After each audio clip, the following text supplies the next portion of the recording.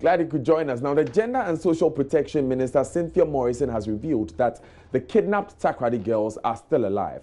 Her comments come hours after the Director General of the Criminal Investigation Department, CID, Deputy Commissioner of Police, DCOP Mameya Tiwa Adudankwa, disclosed that there is an imminent collaboration between Ghanaian investigators and their counterparts from the United States of America and the United Kingdom. The minister said this during her visit to the home of Prisla Mantebia Kranche, the 15-year-old student of Secondary College who was kidnapped on the 21st of December last year at Nkrofo Junction in Secondary Takoradi. Now, excited by the fact that the suspect Samuel Udotek Wills has begun talking, the Gender Minister Cynthia Morrison implored all and sundry to remain calm as they engage him more for further information on the girls. The pleasant thing, it is sad. Even where we saw the parents trying to be nice, you could see that they don't sleep at night. And as a mother, I know how it feels like to see that your child just went out and never came back again. It is something that we have to look at it seriously, and we have to start some sensitization programs. The whole general public, it is not only a child. These girls, we have a 21-year-old and we have is a 19 or 18-year-old. It can happen to a 40-year-old. It can happen to anybody. So that is what I'm looking at. The education should start now. We should have a media reportage on it every day, advising us on what to do. The police will also have to give us security tips on how we should, approach situations like this. And when we are being friendly to people, we should watch out who we are being friends with.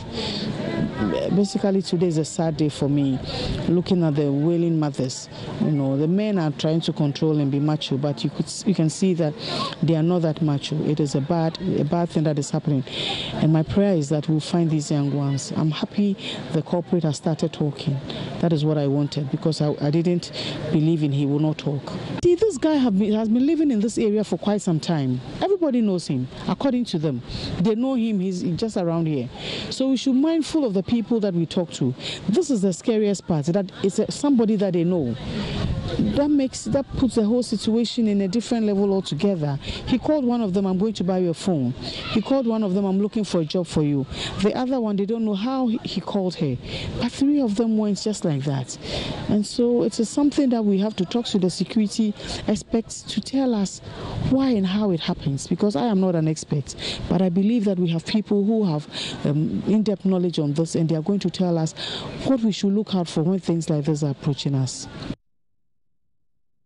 Now, there's an important update on one of the stories that was making headlines over the weekend. We will be bringing you that update during the bulletin, but in the meantime, Ghana's justice system has generally been described by many as slow, with analysts making regular suggestions for reforms. This forced the judiciary to set up commercial courts in the early 2000s, following assessments by the World Bank and Commonwealth Secretariat that this was warding off potential investors who fear their dispute could drag. As part of a joint use project in collaboration with the United Kingdom's Department for International Development, DFID, we look at 14 years after the commercial courts were set up. These processes tend to take too long, you say it, yes, and often, of course, the reasons are not hard to hazard. Private legal practitioner Martin Pebu's assessment of Ghana's justice system. It represents the views of many, including persons who have had their cases come up in court. In 2003, Chief Justice Kingsley Acquah embarked on a series of reforms.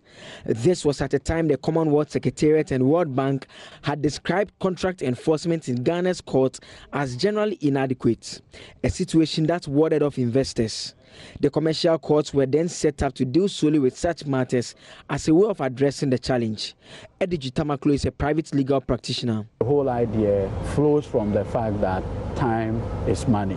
So you want to resolve the dispute early so that the parties can go back and have their, commercial transaction. Yes. He explains how commercial disputes are different from other cases. The rules mandate that you go for a pre-trial conference.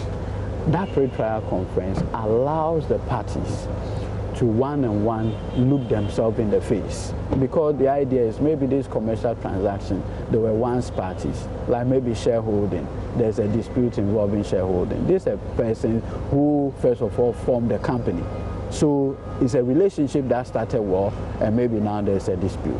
So the idea is that if you give the people the opportunity to sit down one-on-one, look themselves in the face, they'll be able to resolve the process quicker than to bring all these technicalities, the rules of evidence, the rules of this, that strict rules and its application. He argues the reforms have improved the justice system significantly. From 2004, when the CI 47 came into being, relatively, if you speak to lawyers who practice either with the LN 140A, they'll tell you that particular reference to the commercial rules have quickened the processes a bit. Most of the disputes in the advanced countries and others sometimes get settled at that level. So once we look at the rules pertaining in other jurisdictions, we'll pick it up and then we can have some of these things done quickly. The Judicial Service is expected to continue with its goal of improving the justice administration system that has so far seen ICT play a key role. Joseph Akable, Joy News, Accra. Now, many Ghanaians and other persons who hire the services of lawyers complain about neglect, procrastination, and other acts that amount to misconduct of the professionals. Majority of them are disadvantaged members of society whose interests are adversely affected with little or no avenue for redress. These are sentiments expressed by a Deputy Attorney General and Minister for Justice, Godfred Yeboah Dame, as the maiden roll call of law students of the Faculty of Law at Presbyterian University College campus in Kumasi. Prince Apia reports. At the maiden roll call of law students of the law faculty at the Presbyterian University College campus in Kumasi, Deputy Attorney General, who doubles as the Deputy Minister for Justice, Godfred Yeboah Dame, to promptly report lawyers that misconduct themselves to the General Legal Counsel for action. There's a need for the public to also play a role by promptly reporting incidents of excesses on the part of lawyers and abuses of their rights and whatever. And of course, such complaints must be promptly addressed and necessary measures inflicted. It's only through inculcation of discipline and proper ethics and virtues into the students, as well as the scrutiny of the conduct of lawyers by General Legal Counsel, that we can stamp out indiscipline. The 2018-2019 academic year saw admission of 66 students, out of which only 10 are females. Mr. Yeboah Dame observes the increasing number of universities running the LLB program is affecting the quality of lawyers in recent times. He observes a poorly trained lawyer is a danger to society and a threat to the sustenance of our democracy as a nation. Mr. Yeboah Dame prescribes a relationship between the regulation of the LLB program and that of the professional course.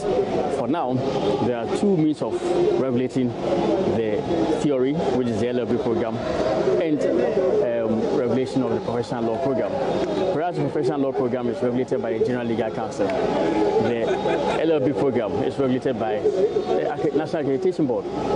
That is why there has been the accreditation of so many faculties, and that is improper. I think there must be a uniform way addressing it so that the General Legal Counsel is properly seized with determining accreditation for running of LLB programs as well as professional law programs. The nation needs many lawyers, but at the same time, we must preserve quality.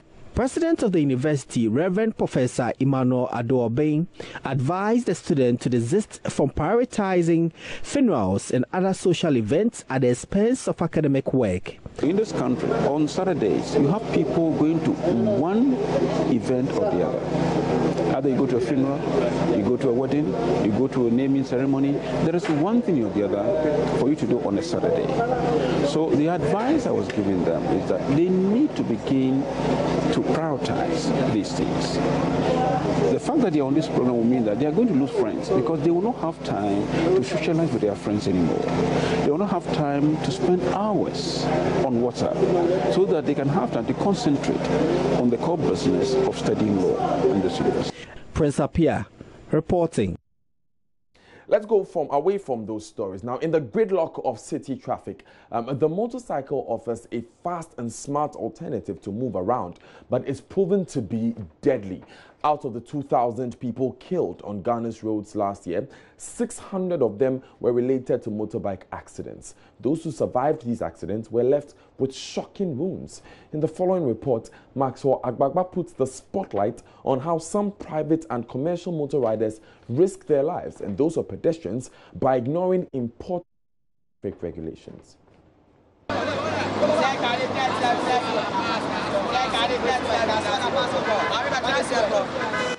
Some drivers made screaming various destinations. The early morning traffic has started on the Okponglo stretch of the Accra-Medina Road. Parked on the sides of the road are some commercial motorcycles. Accra's growing population means a lot more cars on our streets. People say necessity is the mother of all inventions. So a lot of Ghanaians have found ingenious ways of avoiding the bumper-to-bumper traffic. Well, this is one of the ways, sitting on a motorbike to your destination. But do you know that a lot of these riders sometimes have to breach road safety regulations just so they can get you to your destination on time? Well, we have been on the streets of Accra monitoring how some of these riders observe road safety regulations here in the city center, in the central business districts, and every part of Accra. I've met 36-year-old commercial motor rider Yao Usu. He says, although the Okada business is lucrative, it is a high-risk job. You see, on our roads, apart from this Legon Road, I don't see any other road that they provide a space for motorbikes to tread on. So we have to share the same road with the four-wheel machines. And on the road, in fact, they don't give us space at all. Not at all. The traffic light has turned red, but not the presence of an MTTD officer at the Okponglo intersection is deterring these motor riders from jumping the red light. I decided to pursue one of the culprits. So how often do you jump the red light? It's my habit. I do every day. Sometimes they understand, sometimes it can be difficult. So if I try give them something small, if you are in a car, all right, and then it turns on to red, you feel relaxed, okay? But moto, it enhances fast movement. Like we are hot on the streets. We don't have time to waste or wait. So we are just moving. So that is it. According to the MTTD, 2,341 people died in road crashes in 2018. About 600 of that number perished in motorcycle-related accidents. Director in charge of education, research and training at the MTTD, Chief Superintendent Alexander Kweku Obin says the 12% increase in motorbike deaths can be attributed to indiscipline by some riders. Motorcycle use is becoming a challenge for us. It is a challenging mode on our roads, and most users on it are so vulnerable. So it is a big challenge for us. For now, we are seeing an increasing worrying trend in terms of motorcycle-related crashes and injuries, deaths, and damage to the vehicles involved. And it is a problem. People are defying the state policy and are using it for commercial purpose of carrying fare-paying passengers in cities and in rural settings. And it is these that are fueling the trend of the mortalities and mobility, because it goes with indiscipline, because most of the users are not complying with safety measures. He's pushing for a comprehensive policy to regulate the use of private and commercial motorbikes. And earlier we realized and take a second look at the national policy on motorcycle ownership and use in order to look at the law again. the better for us. We think that police has an unlost responsibility to be stern, to look out, employ other proactive strategies to detect and apprehend many of them who flout these rider light regulations, and then process them as we do most often. We continuously sustain it. We need to look at our national motorcycle policy again, and we need to also look at the existing policy that facilitated or influenced the law we have in our ally. So we have to take a second look at the existing policy. And the lead agency should be the Ministry of Transport to play that. Interesting, informative reports there by Maxwell Agbagba. You're still live on Joy News today. My name is Daniel Dazi. Still to come on the bulletin, access to potable water remains a major challenge to Jakun residents as NGO comes to their aid. And late Member of Parliament of Ayawaso West Vogon laid to rest. If you missed out on that emotional farewell ceremony, stay with us as we bring you a recap after these messages, from our sponsors.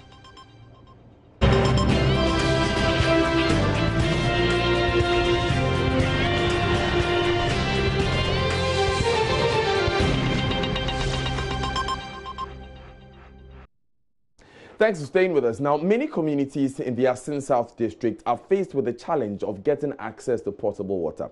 This is said to be affecting the health of people in the area as there's an increase in waterborne diseases in the area.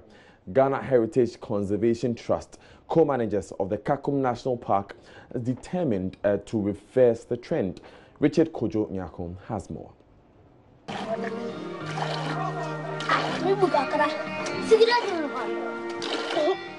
Many communities in the Asin South District of the Central Region continue to drink from unhygienic sources. There are reports of increase in waterborne diseases in the area, and this is said to be threatening the health of the people here. Many share their water with animals, while human activities have destroyed many water sources here. Thankfully, communities around the Jakun National Park have a reprieve. The Ghana Heritage Conservation Trust, co-managers of the Jakun National Park, provided an intervention for one of such communities, Asin Mismago, to put to an end the challenges with water. Isidoni Ama is the executive director of the Ghana Heritage Conservation Trust. Any community with poor water systems is vulnerable to an outbreak of water-related diseases and underdevelopment. If communities have access to quality drinking water, the people will be healthy, economic activities will be improved, and wealth will be created. The provision of access to quality drinking water for communities is so huge that the government alone cannot shoulder that responsibility. It is in light of this that NGOs, CSOs, donor agencies, and philanthropists must contribute to delivering access to this need and other community initiatives to partner communities in Ghana. The Jakun National Park, that falls under the management of the Ghana Heritage Conservation Trust, has set up a community advisory committee headed by the Omahini of Ogwa traditional area, Osabrema Kwesiata II. The task of the committee is to identify and advise the organization on projects that ought to be executed for communities that surround the Jakun National Park for keeping faith with them. The organization says the Community Advisory Committee has identified many projects that has received approval and would be executed in due course. Richard Kwejonyako, Joy News, Cape Coast. Now, the joy of bearing a child is one that every parent looks forward to with excitement. After the birth of the child, it's the parents' wish for that infant to develop and function fully. But what happens when that desire never becomes a reality? Well, we will find out in the latest Joy News Hotline documentary, Born Special, produced by Beryl and Estina Richter, which puts the spotlight on the struggles and challenges faced by families of children living with cerebral palsy.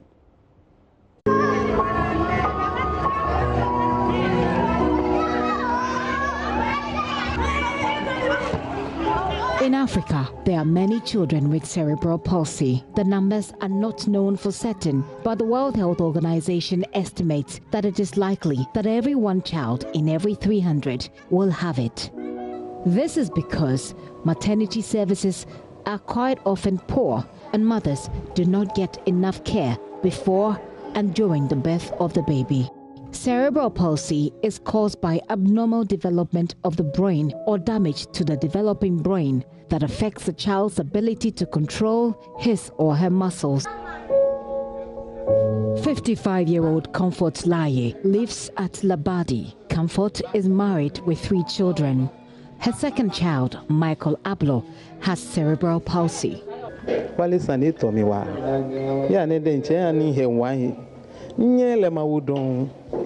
Temukube ni ba mo emi ami be nyele mawo akejo mi akenya afọ nufu temuko afi do je jeme o bi le yin bo emi ni na afọ ne kan afọ o awi mo ino ni ekome ponfo. The burden of care for children with this kind of disability can sometimes be heavy as carrying the weight of the world. Lady be a face or boy me or mammy mosquito net.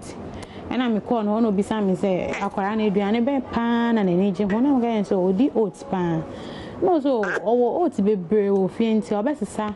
No they are brave no mammy time to following day and me quite some call you oats no catch me say Obi abani fi abeka ni say nkwala we no say o boa o mo aduane di a wo kọ wo ba wo so ba wo binti nipa ne say mo mama up to now me friend na on fa me dru won po a on bisa me say akwala no po wo fi say omo nim ye free nyina omo adwene ne say wo say akwala no fi me life ama obi o me hu bia hu ne say o ye bad luck wo abrabonim.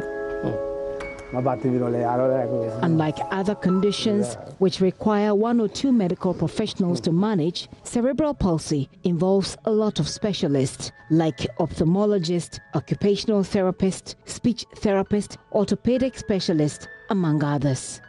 According to Professor Beidu, the burden of care imposed on these parents require that they get serious attention by healthcare professionals, especially psychologists. These are parents who have come to the end. There is no help.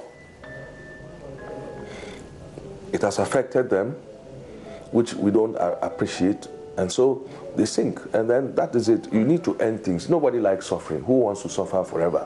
You want to end suffering. If you are very hungry, you solve it by looking for food. So it's the same thing. Why have they come to that end?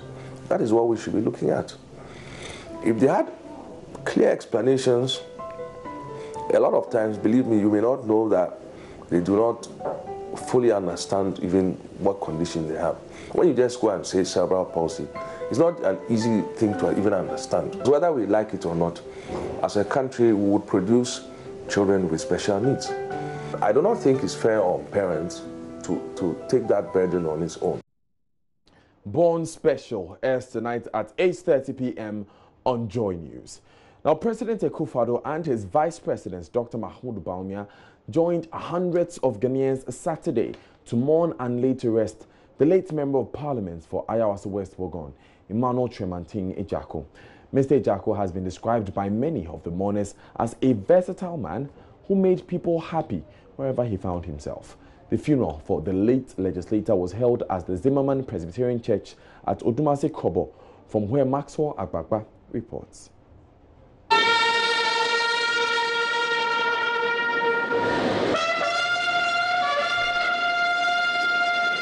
The pallbearers take calculated steps.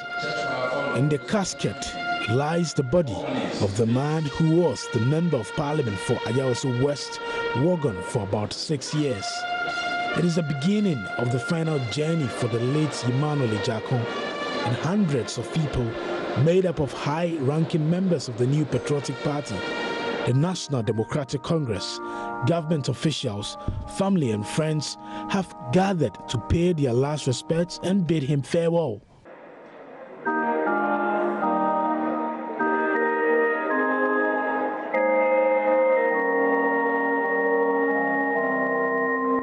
sister of the former MP, Difie Jakun Kusi, says her brother, in his usual self, was hopeful he would survive when he was diagnosed with cancer. She has been sharing details of their last conversation. Bro, I hear you're not too well. What's up? Please forgive me. I assumed I had spoken to you. I went to the emergency room on a case of gastritis. Simply put, stomachache. Further examination by a scan indicated that there were issues with the gallbladder. Sister, I will survive this cancer and live long. My innermost recesses tell me this. I am well and will soldier on. That was our brother, an incorrigible, sempiternal optimist. Even when he suspected he was on his way out, he was not prepared to go gentle into that good night. He was determined to rage against the dying of the light. An applause would follow after the widow, Josephine Nana Baden Jakun, spoke passionately of her husband's character, which she says made many women want to be his wife. He was a charming and eloquent young pharmacist. Every lady wanted to be Brother Emmanuel's wife.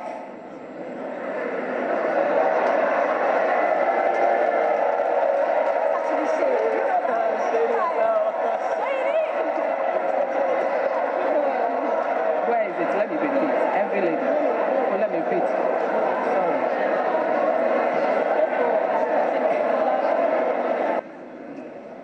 But like any other family, we had our own peculiar challenges.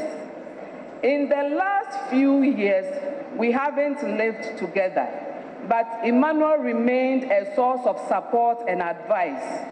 Daughter of Emmanuel Jakun, Jane Jakun, says she formed a strong bond with her father through the countless rides to school when they always listened to Komla Domo on the Super Morning Show. First Deputy Speaker of Parliament, Joe Osei Wusu, took his turn. Apart from being a very versatile MP, I remember him most for being a person full of life, full of energy, very, very friendly. The last party I held for MPs, he livened it up. When he came in and members were sitting down, he started singing loudly, joined in the dance, and he brought life to the party. That is what I always remember him for. After him came former chairman of the NPP, Paul Afoku, who says Mr. Jakun's interesting way of correcting people will be missed.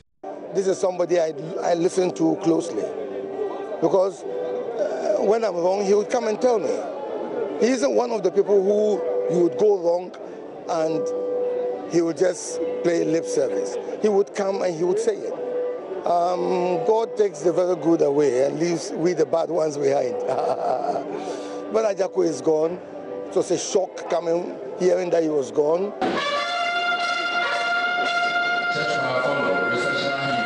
His constituency awaits a replacement, but for his family, Emmanuel Chomartin Jakun can never be replaced, and the tears and heavy hearts told it all. Maxwell Ababa, Joy News, Udumasi Krobo.